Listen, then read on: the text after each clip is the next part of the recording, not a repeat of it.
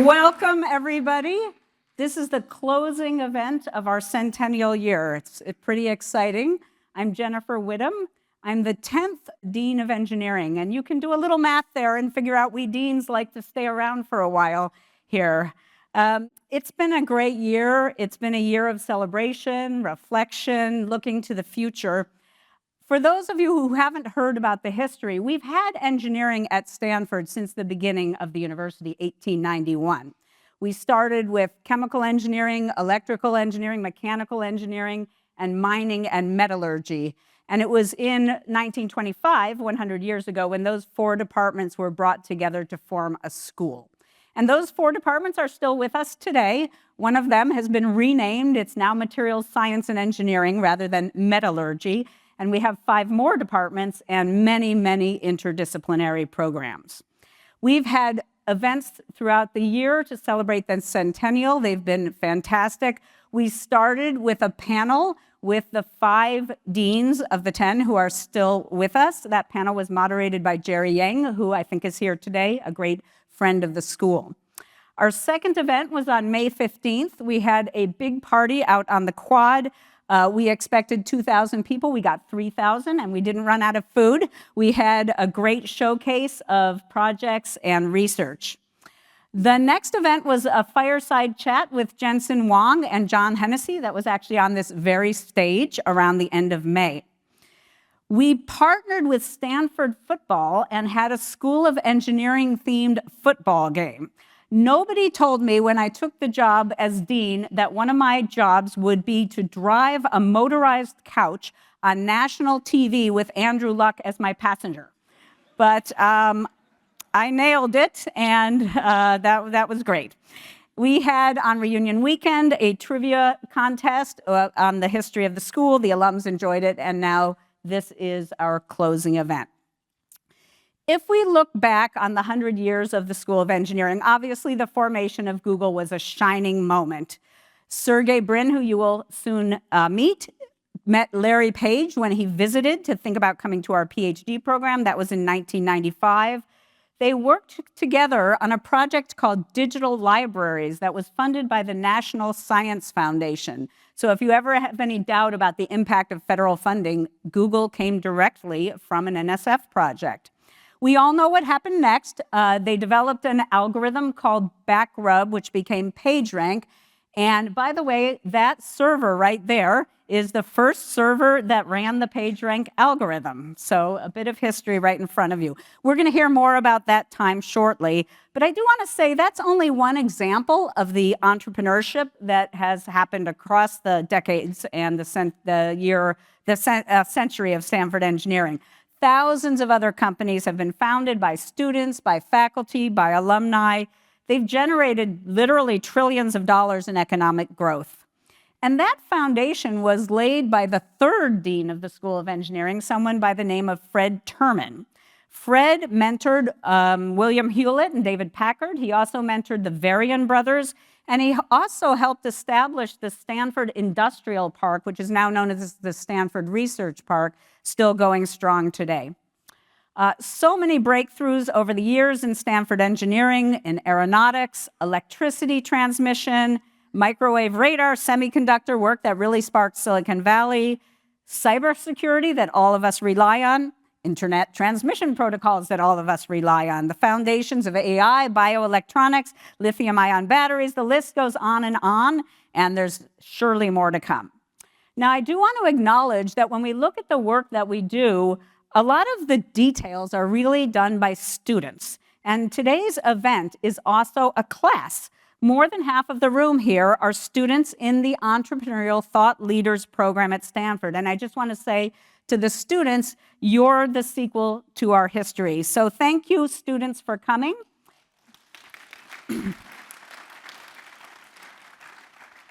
And today's conversation is also really about students. John Levin, the president, who you will meet shortly, and Sergey Brin were Stanford students just like all of you.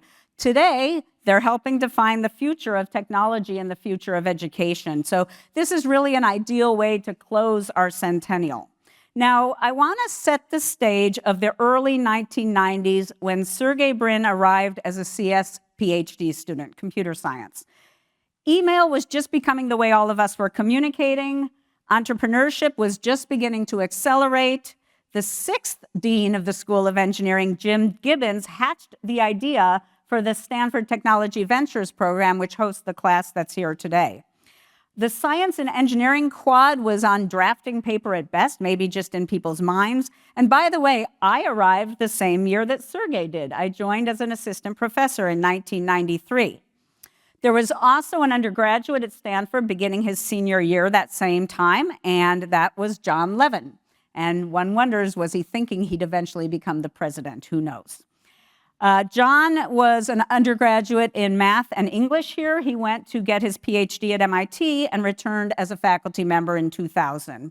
He was chair of the economics department, the dean of the business school, and became Stanford's 13th president in August of 2024. I want to say that John is really a wonderful champion of the School of Engineering. He's been so helpful throughout our centennial year. He deeply understands our culture and our spirit of entrepreneurship.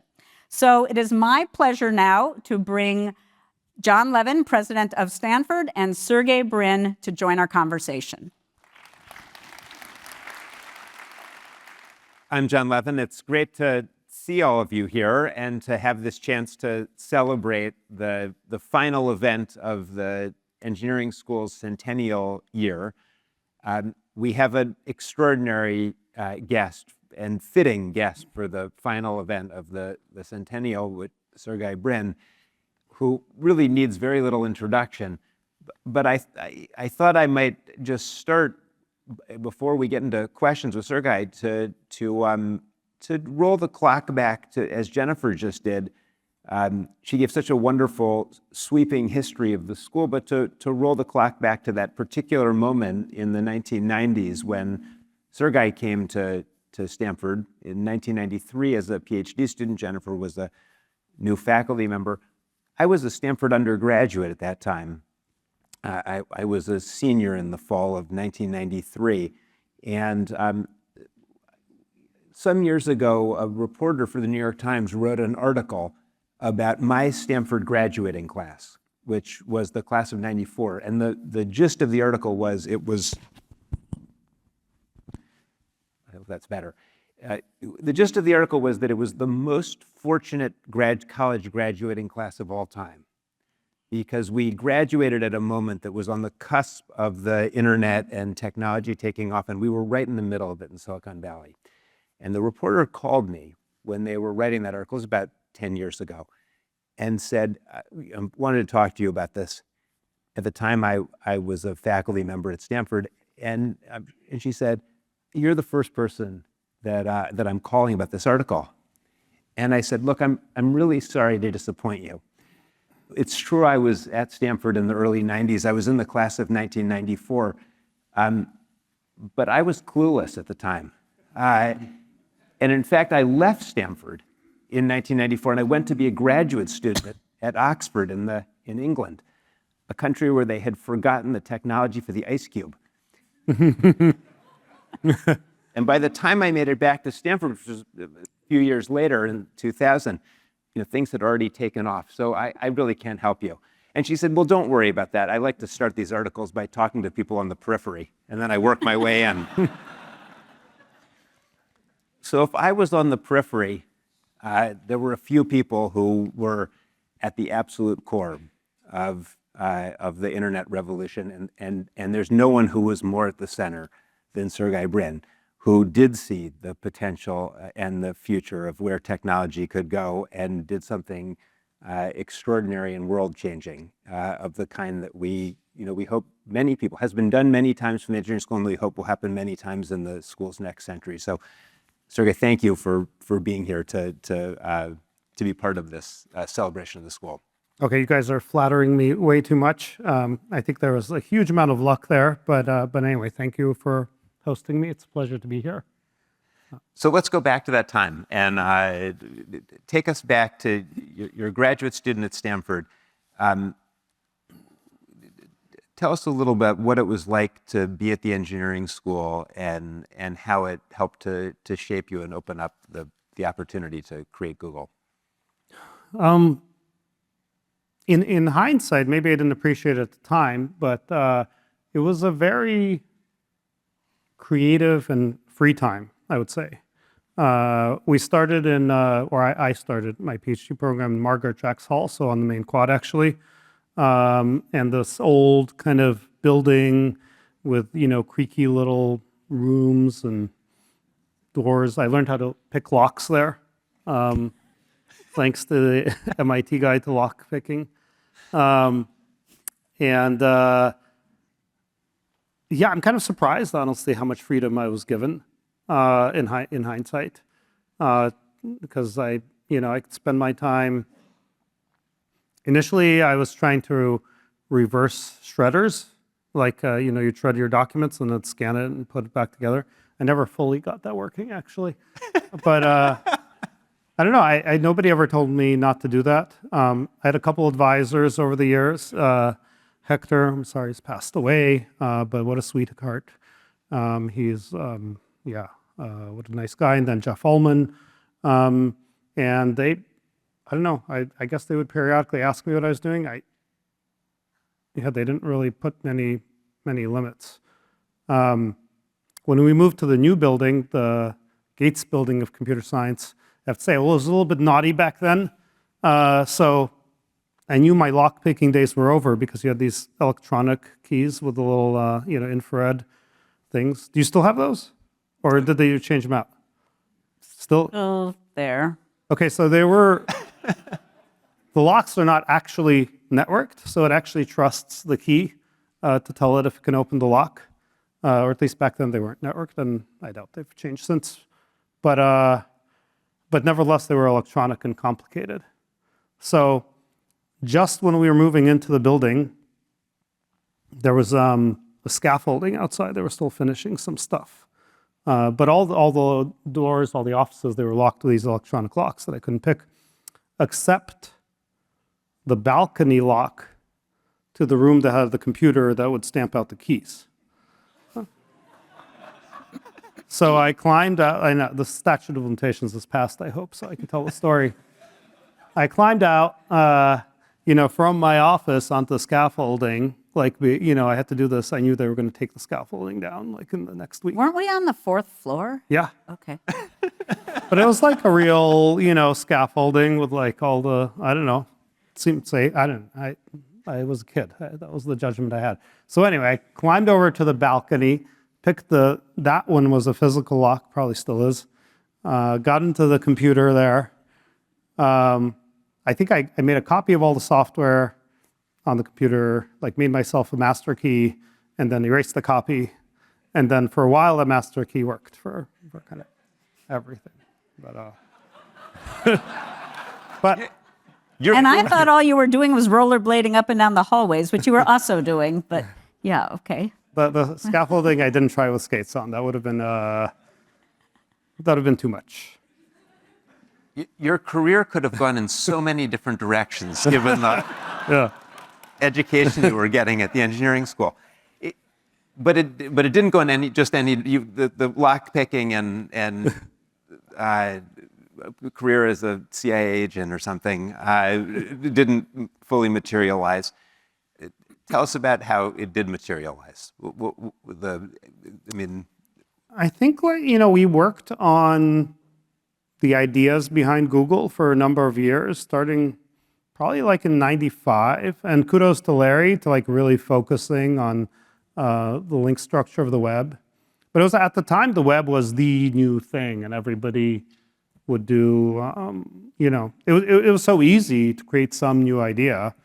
I think my first money-making idea was this pizza ordering. It seemed crazy at the time that you could order food online. Nowadays, we take it for granted. And as a joke, I put a Coke ad at the top. I thought it was haha, so funny there'd be internet ads.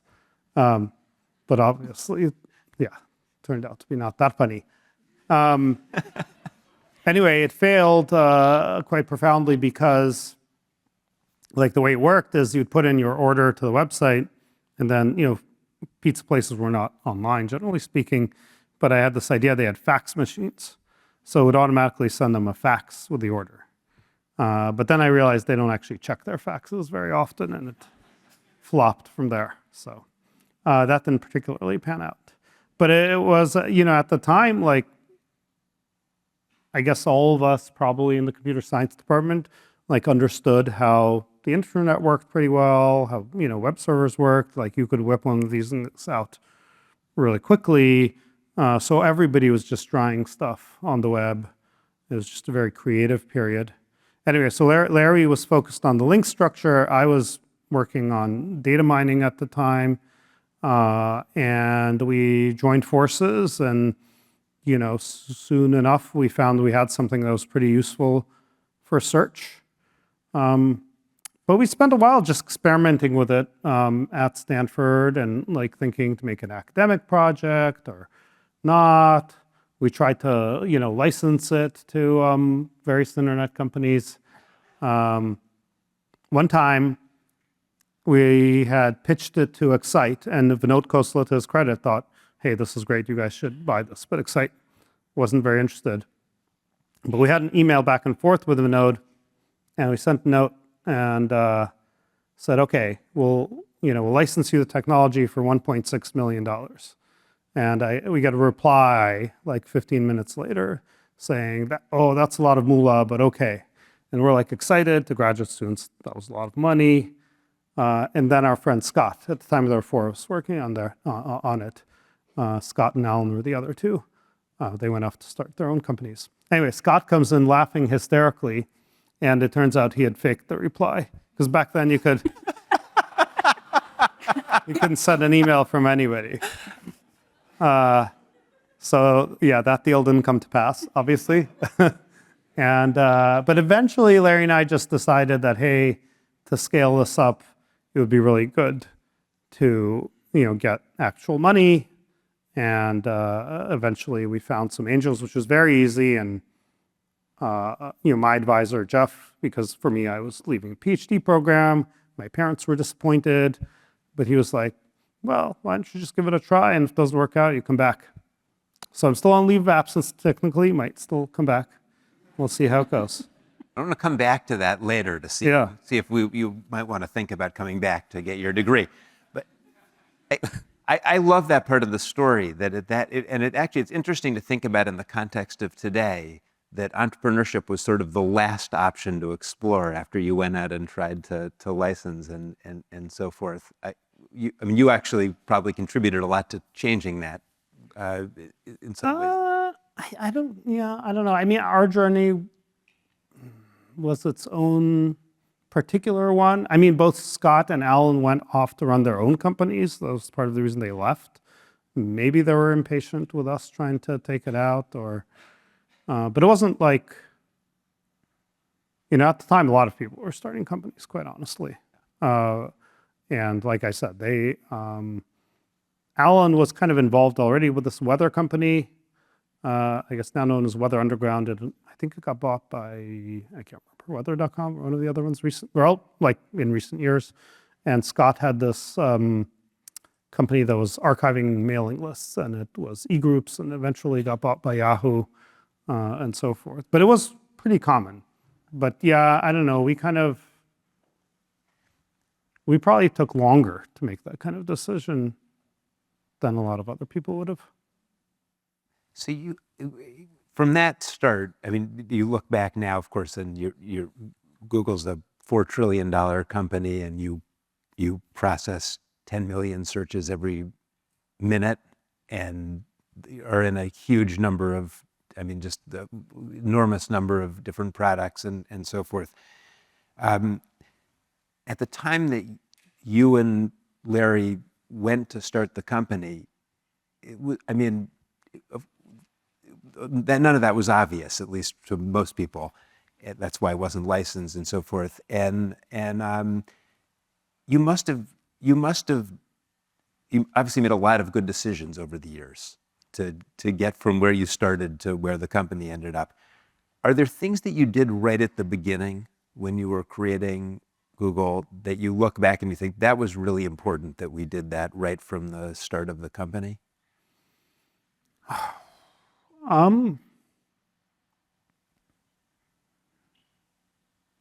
mean, I think early on, well, Larry was always very ambitious. He still is. In fact, there's almost no plan you can suggest to him that he won't say, like, oh, that's not ambitious enough. You need, not just the solar system, the galaxy, So I think that's a little bit of sort of his passion.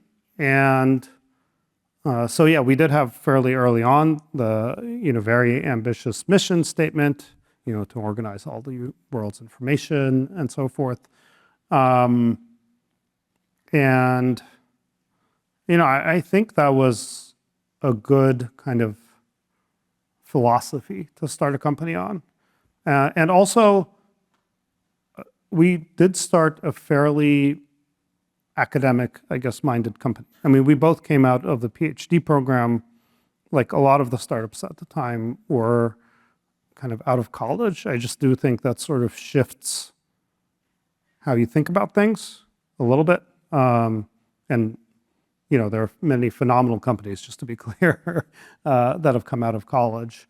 But the investment in sort of foundational R&D and so forth, I do think was a part of the culture quite early on. You hired a lot of PhDs as well, so it wasn't just the two of you.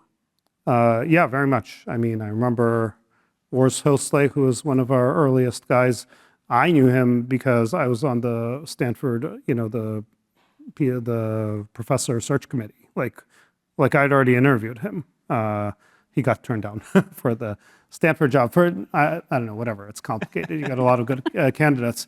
But like the moment he sent me a note, I was like, can you start tomorrow? I mean, because I already knew him and all of his qualifications. You built probably, I think there's a good argument that Google's been the most innovative company of the last 25 years in the whole world. And I mean, that by both in terms of product innovation, if you look, and a lot of great decisions went in there, like building out video with YouTube and advertising with DoubleClick and Waymo and technical innovation, going back to the beginning, but even now with chips and so forth. I'm curious about how it's really hard for large companies to stay hugely innovative. Everyone has struggled with that, and you've managed to do it. And many people, attribute you personally with having a big impact there. How do you think about fostering a culture of innovation and your role in it? Well, okay, thank you. You keep flattering me. I think that, well, first of all, we've definitely flopped on a bunch of things. We don't need to get into all of them right now. But we've had a long list of failures at the same time. So, part of it is just trying. I think that because of the kind of academic roots, maybe we were more inclined to try hard things. And I think kind of coming into this last decade or so, especially, the hard things have become more and more valuable. I guess I'm gonna, if you look at AI, which is obviously a huge trend, but like just, the amount of computing that has to go into that, the amount of kind of deep math that has to go into that, those are all, technically deep and challenging problems. And I guess it's just kind of a twist of fate that turns out to be important at this stage in the world. I mean, there was a while where, there was like pets.com, you can put anything on .com. It wasn't really that technically deep. You need a marginal understanding of the web, and you can do whatever .com. Fortunately, we were doing search, which did require some deeper technical skills, but the technical sophistication level has only gone up. And in fact, well, now the people we hire are just, well, they're much more qualified than I am, or I was at the time. I was kind of a mathy computer science major because I had, like, during college, I did both math and computer science, which was somewhat unusual in my class. But nowadays, as we hire people out of Stanford and all the other top programs, these people are pretty sharp mathematically and computer science wise. And a bunch of them are physicists, because physicists kind of have to do the hard math. And a lot of the stuff they do is very computationally limited. So they need to kind of have some degree of the computation skills. So I just think somehow it has happened to be the case that some of the deep hard tech has become increasingly important. And I think we just kind of lucked out on having set the bit early on in that direction. That's an interesting observation, that the technical problems have come to the fore again as a competitive advantage for companies. So let's talk about AI for a minute. I mean, everyone's thinking about it. You're back at Google working on it. You guys are at the forefront in a whole bunch of ways, and it's incredibly competitive. I mean, the amount of capital that's going into AI infrastructure is hundreds of billions of dollars, even at the level of individual companies. It's really extraordinary. How are you seeing the landscape right now for what's going on in AI? Okay, let me think how to answer that without just pounding my own chest.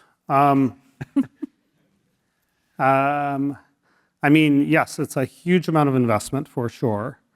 I guess I would say in some ways, we for sure messed up in that we underinvested and sort of didn't take it as seriously as we should have, say, 8 years ago when we published the Transformer paper. We actually didn't take it all that seriously and didn't necessarily invest in scaling the compute, and also we were too scared to bring it to people because chatbots say dumb things. OpenAI ran with it, which good for them. It was a super smart insight, and there's also our people like Ilya who went there to do that.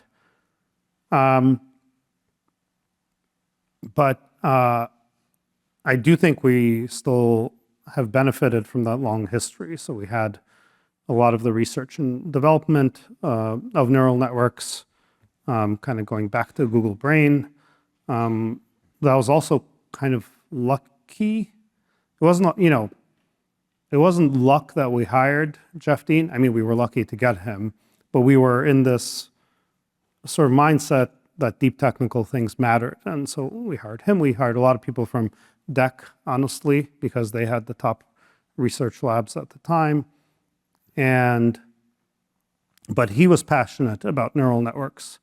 And it stemmed, I think, from actually his college experiment. I don't know. He was like, whatever, curing third world disease and figuring out neural networks when he was like 16. He's done crazy things. But he was passionate about it. He built up a whole effort. Actually, in my division at the time, in Google X, we had him. But I was like, okay, Jeff, you do whatever you want. He's like, oh, we can tell cats from dogs. I'm like, oh, okay, cool. But you also trust your technical people, and soon enough they were developing all these algorithms, these neural nets that were, doing some of our search, and then Noam came up with a transformer, and we were able to do more and more. But yeah, I mean, we had the underpinnings, we had the R&D. We did underinvest for a number of years and didn't take it as seriously as we should have. But we also, at the time, we had developed the chips for it. Like the TPUs go back, 12 years or something like that. Initially, we were using GPUs. We're probably also among the earliest to use GPUs. And then we used FPGAs. And then we tried to develop our own chips, which have now evolved through a bazillion generations. So I guess it was that the trust into going after the deep tech, getting the more computation out, developing the algorithms, and in parallel, we were big investors in compute for a long time. So we've had the data centers for a long, long time, kind of on a scale that I don't think, well, Amazon AWS also does have very sizable data centers, but very few have, that scale of data center, have their own semiconductors, have, the deep learning algorithms and so forth, to kind of all the components of the stack to be able to perform at the forefront of modern AI. How are you thinking about, I mean, the technology keeps getting better every year. There's a set of people who, and there's a lot of different visions for what artificial intelligence is going to look like. Like, our AI is really going to be able to do everything humans can do, at least in front of a computer, and maybe more broadly, what will that world look like? Do you have a view on that, on where the technology is going? I mean, it is absolutely amazing, just the rate of innovation, and it's hugely competitive now, obviously, as all of you see, between the top US companies, the top Chinese companies. And it's, yeah, I mean, like, if you skip the news in AI for a month, you're like way behind, like, So where is it going to go? I mean, I don't, I think we just don't know. Is there a ceiling to intelligence? I guess in addition to the question that you raised, like, can it do anything a person can do? There's the question, like, what things can it do that a person cannot do? Yeah. That's sort of a super intelligence question. Yeah. And I think that's just not known. Like, how smart can a thing be? We've had however many hundreds of thousands of years of human evolution, and I don't know, whatever, millions of primate, but that's a pretty slow process compared to what's going on with AI. Do you think we're ready for the speed at which the technology is advancing? Are we ready for the speed the technology is advancing? I mean, look, so far I think people are getting, definitely great use out of technology. I think even though there are doom and gloom forecasts here and there, like, everybody's pretty well empowered. And the AIs, truth be told, are periodically dumb enough that you're always like supervising them anyway. But occasionally they're brilliant and give you a great idea. And occasionally, especially as a non-expert, well, like, whatever, if I want to figure out how to create a new AI chip, I guess I could talk to our expert designers and stuff. But as a base case, I can whip out my phone, I can talk to an AI about it. It'll probably give me a 80-90% decent sort of overview and understand it. Or whatever, my health questions or whatnot. I mean, I do think it makes individuals very empowered because, generally speaking, you don't have like experts in XYZ all around you all the time. And I think that empowerment can create a lot of potential, whether it's, career or enterprise or health or living well. So look, I mean, I don't think I have all the answers. I just do think it has a huge potential to improve individual capability. Yeah, that's certainly the positive vision. It's that it could be an incredible augmenter of human capability. It's great that you're thinking about it that way. Let me ask a question, I think, which is always asked in the entrepreneurial thought leaders class, but is maybe particularly salient with the discussion of AI, because one of the things I think every student at Stanford, and probably every college-age student in the country, is thinking about is, how will this technology affect their careers and their job opportunities and what they might go on to do. I'm curious if you have any advice for the students about what they ought to be studying or what they ought to be thinking about as they look out at the job market in the future. I mean, I think it's super hard to predict exactly what will happen. I think, if we look at from the advent of the web to cell phones and so forth, those have transformed our society profoundly, have transformed the kinds of jobs and careers and studies people do for sure. And AI will 100% change that. But I think it's very hard right now in a rapidly shifting landscape to say exactly what. And also the AI we have today is very different from the AI that we had 5 years ago or the AI we are going to have in 5 years. Yeah, I don't know. I think it's tough to really forecast. I mean, I would for sure use AI to your benefit. There are just so many things that you can do. Yeah, I mean, just myself as an individual, like I just, whether it's, choosing a gift for my friends or family or brainstorming new ideas for products or what have you, or for art or something like that. Like I just turn to AI all the time now, and it doesn't do it for me because I always, I typically will ask, give me 5 ideas, blah, blah, blah. And, probably 3 of them are going to be junk in some way that I'll just be able to tell. But 2 will have some grain of brilliance, and, or possibly put it in perspective for me or something like that, I'll be able to refine, think through my ideas. Let me jump in with a really concrete question. So we have about 250 students out there. A lot of them are undergraduates. A great number of them have not selected their major yet because we give them a lot of flexibility here at Stanford for the undergraduates as well. A few years ago, we could predict that a large number would choose computer science as their major. Are you recommending they continue to pick computer science as their major? They're listening closely. I mean, I chose computer science because I had a passion for it. So it was kind of a no-brainer for me. I guess you could say I was also lucky because that was also such a transformative field. I wouldn't not choose computer science just because AI can be decent at coding nowadays. AI is pretty decent at a lot of things. Coding just happens to have a lot of market value, which is why a lot of people pursue it. And furthermore, better coding makes for better AI. So a lot of the companies like our own that work on it care a lot about it. Like we use it a lot for our own coding, and even for our algorithmic ideas and so forth. But that's because it's such an important thing. So I guess I wouldn't go off and switch to comparative literature because you think the AI is good at coding.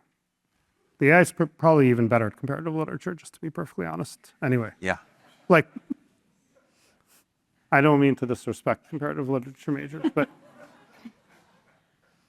just when the AI writes the code and just to be honest, sometimes doesn't work, it'll make a mistake that's pretty significant.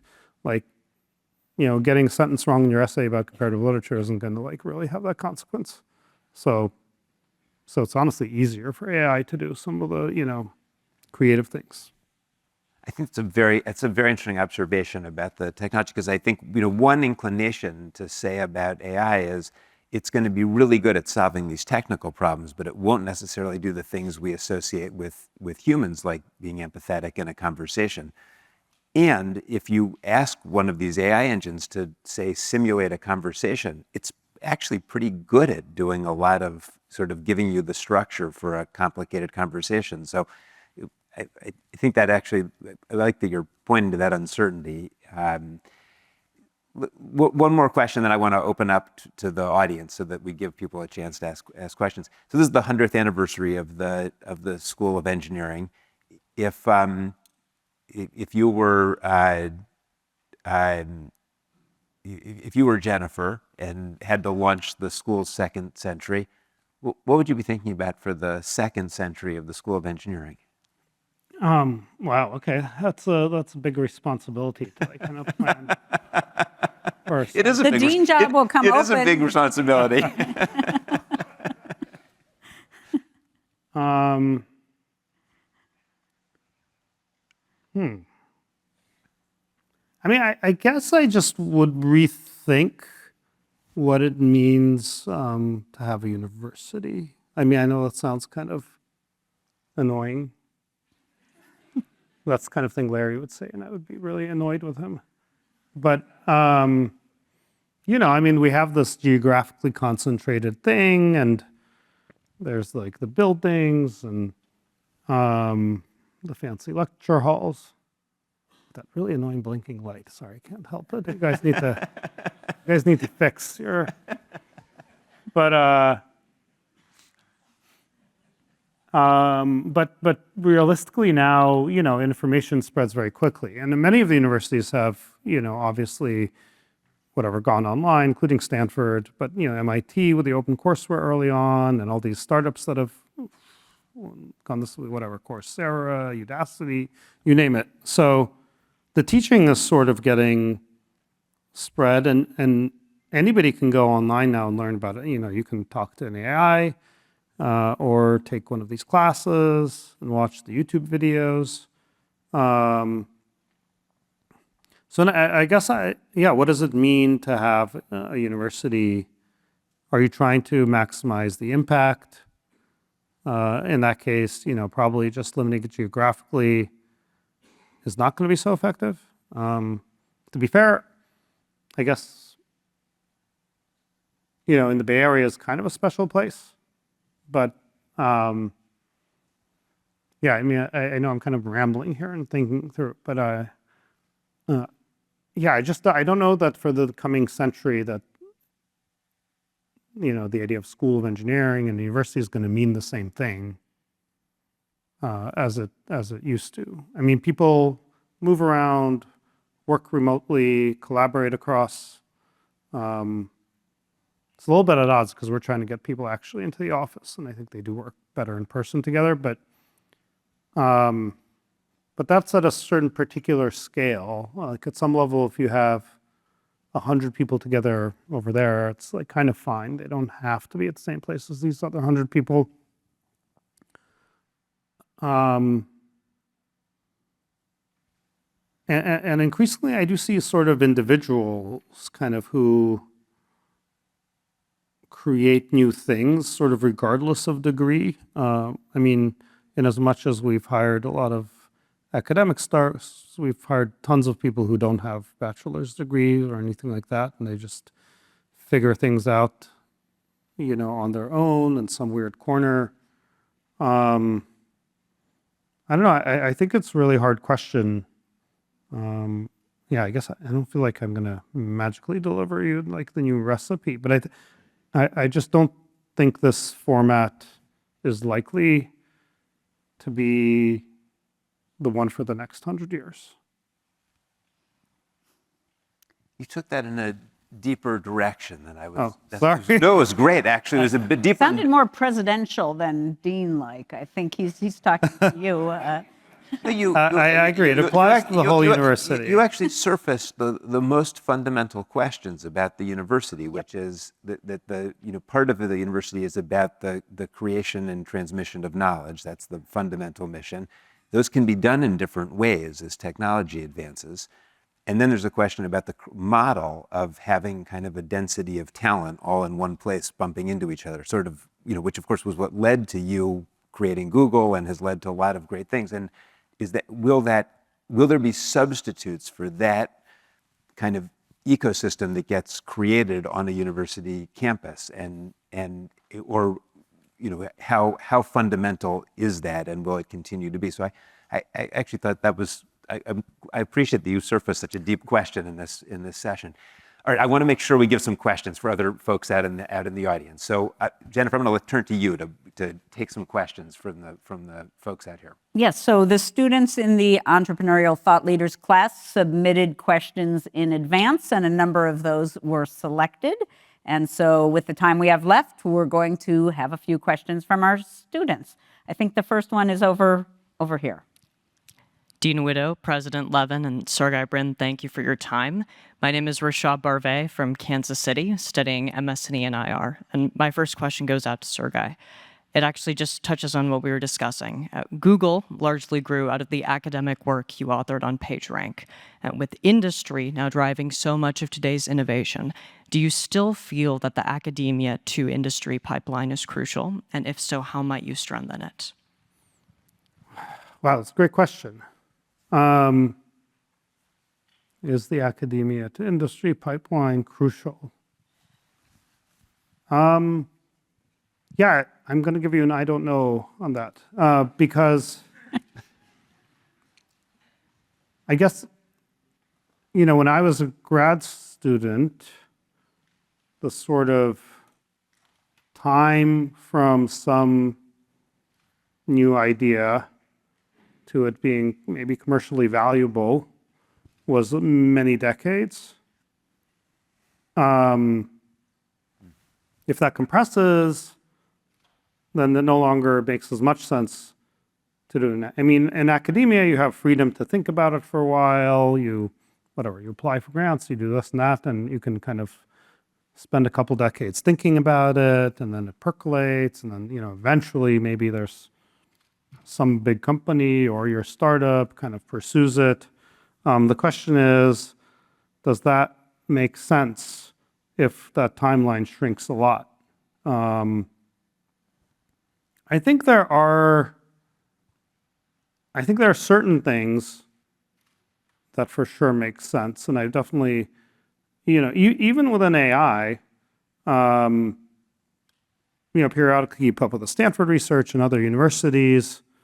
Occasionally we hire those folks and collaborate with them and whatnot. But I guess I don't know that they needed to have that sort of period of time that they were trying, some new attention thing, let's say. And they spent a couple years experimenting, and then, they took it to industry in one form or another.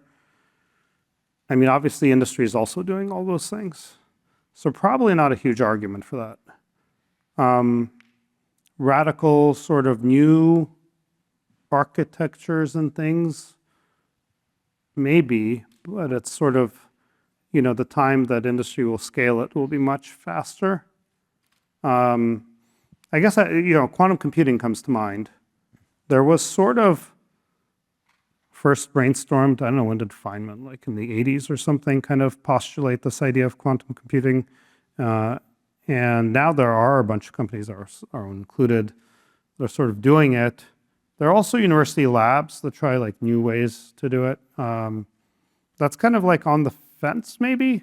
I guess I would say if you have some completely new idea, like you're not doing superconducting qubits like we are, or whatever, the trapped ions like a bunch of startups are, but you have some new way, maybe you need to let it marinate in university for some number of years. Those things are kind of hard.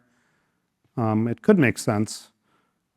But then at some point, if you decide it's really compelling, you're probably going to go ahead and take it commercial in one way or another. Yeah, I don't know. I want to give you a clear-cut answer because, the top companies now do invest in much more fundamental research. And I think it's sort of with AI starting to pay off that, those investments are paying off. So I guess it would shift the proportion of endeavors that you would do. But I do think there are still some things that do take, like the decade of kind of more pure research that maybe companies are going to be more reluctant to pursue because that's just too long a time to market. All right, next question I think is over here. Hi, everyone. My name is Arnav, and I'm a freshman studying computer science and math. My question is for Sergey Brin. As AI accelerates at this unprecedented rate, what mindset should young, aspiring entrepreneurs like myself adopt to avoid repeating earlier mistakes? Oh, what mindset should you adopt to avoid repeating earlier mistakes?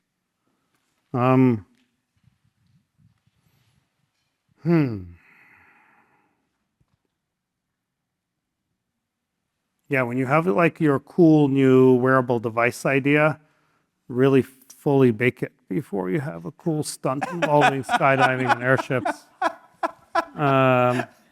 That's one tip I would give you.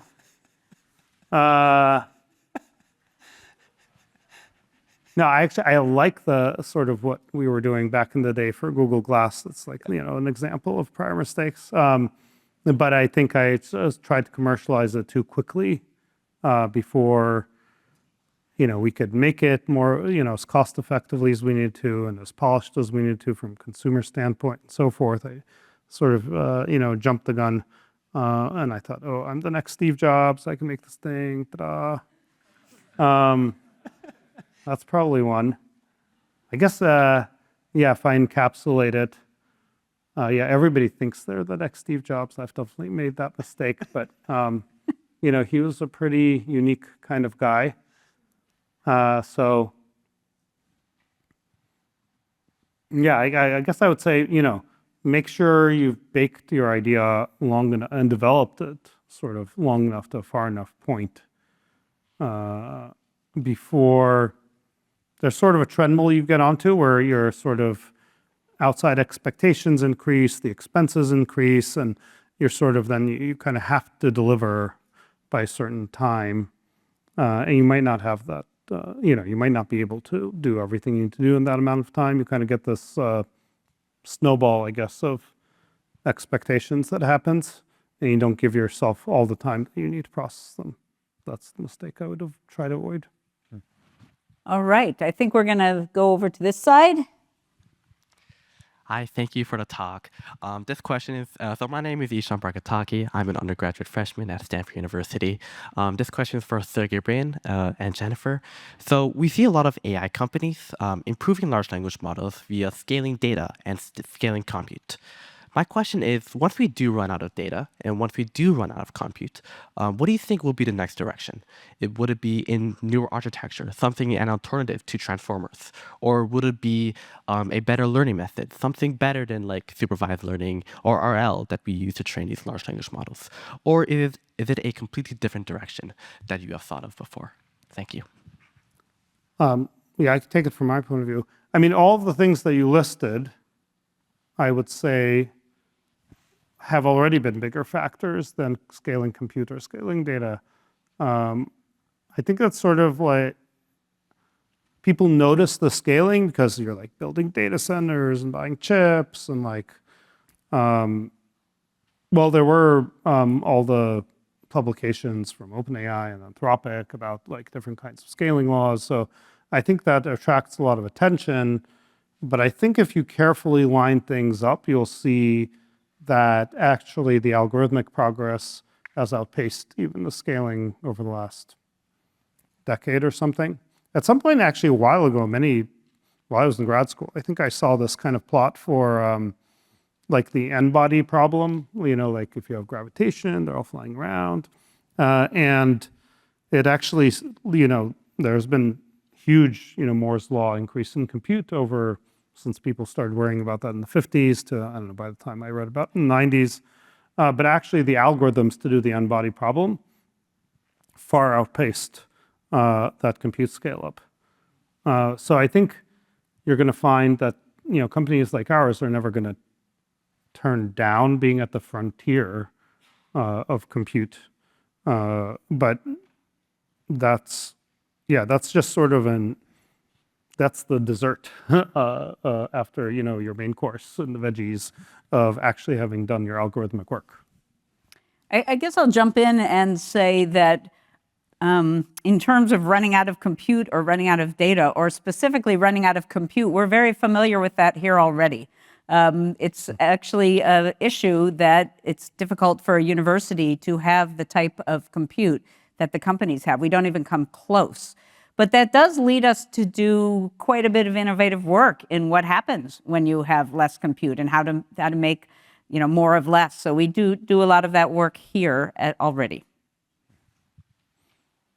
Next question, I think also on this side. Hi, everyone. My name is Andy Savorzy. I'm a second-year graduate student in chemical engineering. My question is to all the speakers. Which emerging technology do you think is seriously being underestimated in terms of its long-term impact? Thank you. Whew. Okay, what emergent technology is being seriously underestimated? Wow. Okay, I obviously can't say AI because it's hard to argue. Well, it could be underestimated. It could be underestimated. It could be underestimated, but probably not emergent at this point. We couldn't use that one. I mean, a lot of people do wonder about quantum computing, what it will bring.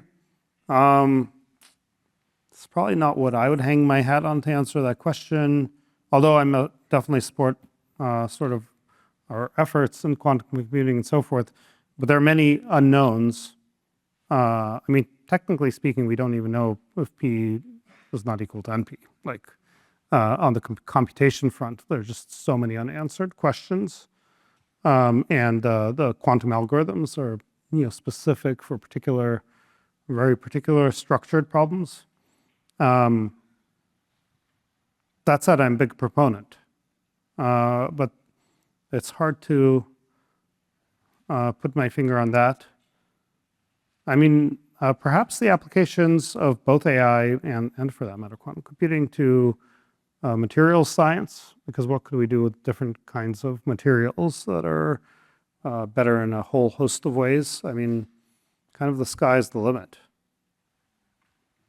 I was thinking of materials as well, actually, but partly because a lot of the underestimated is sort of interesting. There's so much attention right now on like what are the opportunities for technological innovation.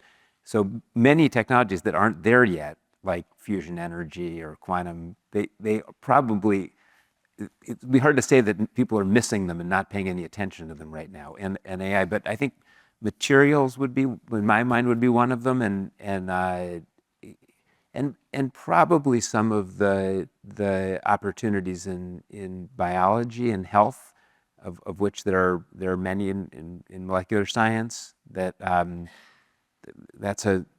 probably getting less attention than AI right now, but there's also a huge revolution in molecular science. Yeah, I was going to say exactly the same thing. I kind of watched the spotlight move around, and the spotlight is very large on AI right now, but it was shining on biology, and it shouldn't stop shining on it. There's all kinds of things going on in synthetic biology, very exciting things. So I think we need to broaden that spotlight a little bit.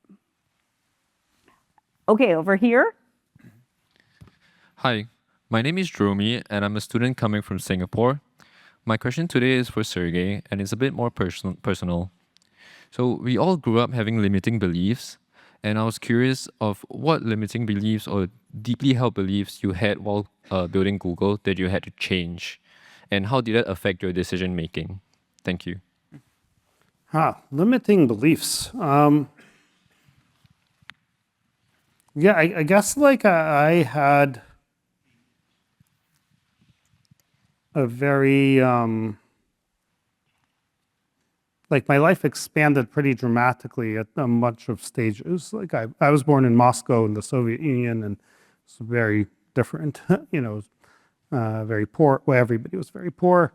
And I lived in a little 400 square foot apartment with my parents and my grandmother, and had to walk up 5 flights of stairs. I don't know, didn't really think about the world outside. I guess I was lucky that my father kind of got a hint of the world outside. He, I guess, went to some conference in Poland where they told him what the Western world was like, and he decided to move us, which was very controversial at the time in the family. But eventually we got to the US, and we're still, very poor and had to make our way out of having nothing. At the time I had to learn a new language, I had to make all new friends. So it was sort of challenging transition, but awakening.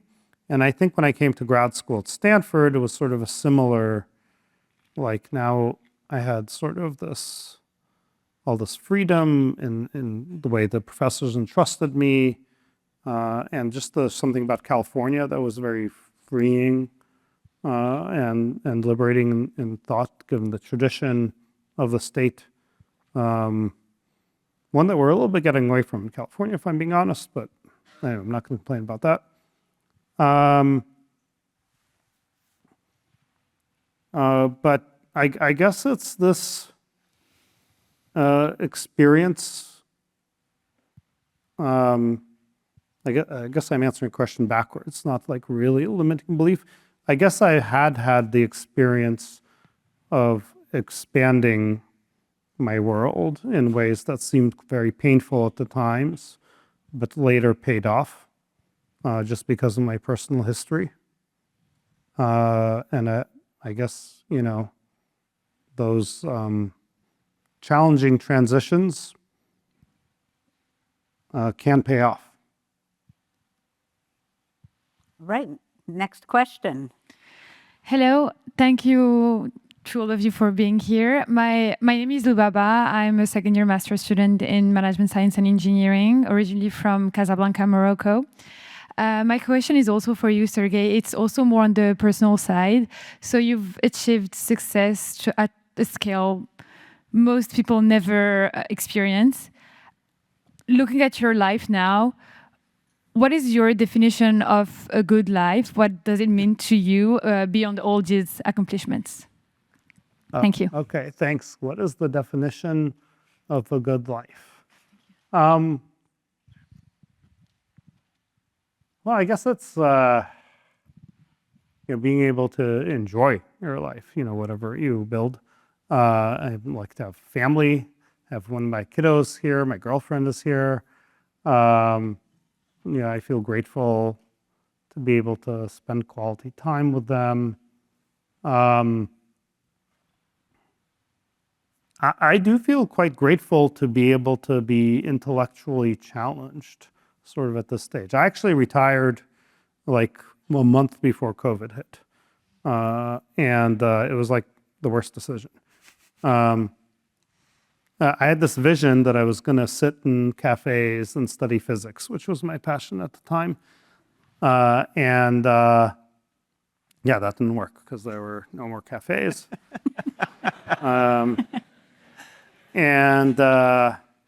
Yeah, I don't know. I was just kind of stewing and kind of felt myself spiraling, kind of not being sharp.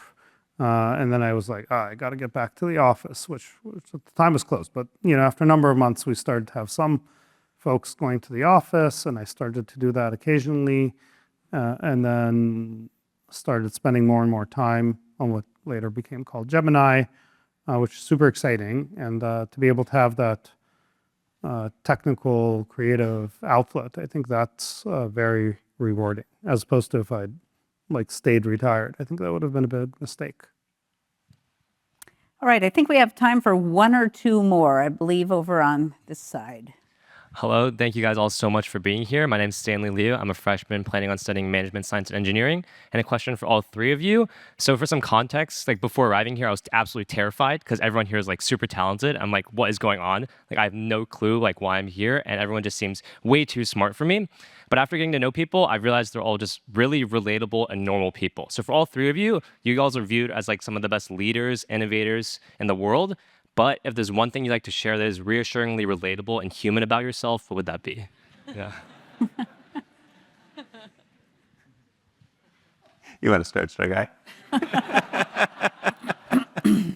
Okay, I'm going to share it, and then I'm going to try to undo it. But okay, I realize that sometimes I'm embarrassed to ask things I don't know, but I will go ahead. Wait, what is management science and engineering? Is it like a Dilbert kind of I'm going to manage? How does that work? It's the class. It's a class. It's a major. Wait, this It's a class? department. Class of management science. Is that this class? I guess I should have read the details more. It's called Management Science and it, Like the it's a a department. It's a department, yes. But what do you study? Like, what are the classes? So management science and engineering, I'm going to just Okay. say they just had their 25th anniversary, but they were the merger of three departments: industrial engineering, operations research, and engineering economics systems. So I think that describes, Okay. sort of okay, gives I you a get little it, I triangle get it, there I of get what it. they do. So some universities will have an industrial engineering or operations research. We have this all bundled together here in management science and engineering, which is the department that sponsors the Entrepreneurial Thought Leaders Seminar, which is what we are Okay. conducting right now. All right. Well, I guess I didn't really know that, so that's my embarrassing truth. But I'm glad I asked. What makes me relatable is that I can explain things to Sergey Brin. Pay attention to them.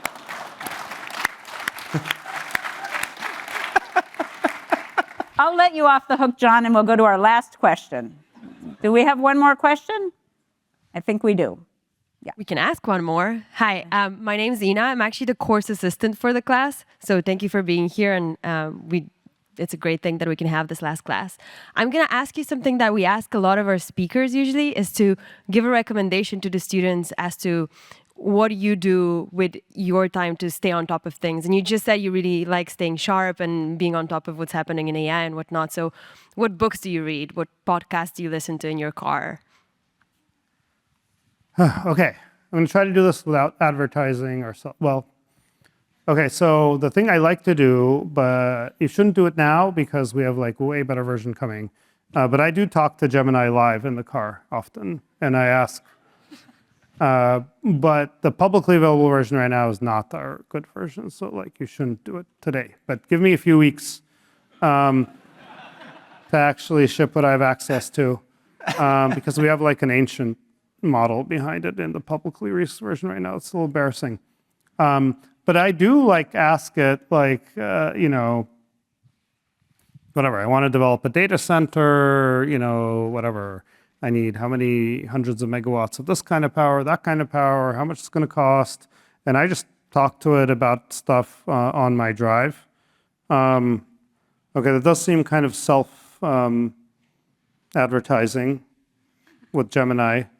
I mean, I do periodically listen to a whole bunch of podcasts. I like the All In guys are actually one of my favorites. And they're great hosts. We just visited Ben Shapiro, another podcaster down in, we were in Florida, got to see his studio. I mean, a bunch of these podcasters are actually pretty fun to meet in person. Yeah, I guess, okay, that's not how you're going to learn about it. You're going to, but I do just listen to them and see what's up. But I do prefer to have an interactive discussion on my drive. So that's why I talk to the AI, as embarrassing as that sounds. Okay. Sort of a glimpse of the future, I think, actually. So that's a good way to end. We'll probably all be doing it soon. Might be, yes. So thank you, John. Thank you, Sergey. I also wanted to thank Emily Ma. Emily is a Stanford adjunct lecturer.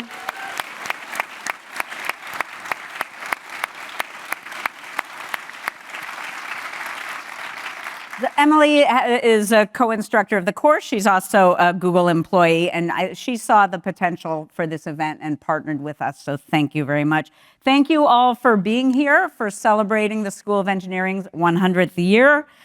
This was a perfect way to close out our first century, and let's see what happens next. So thank you. Thank you. Thank you. Congratulations.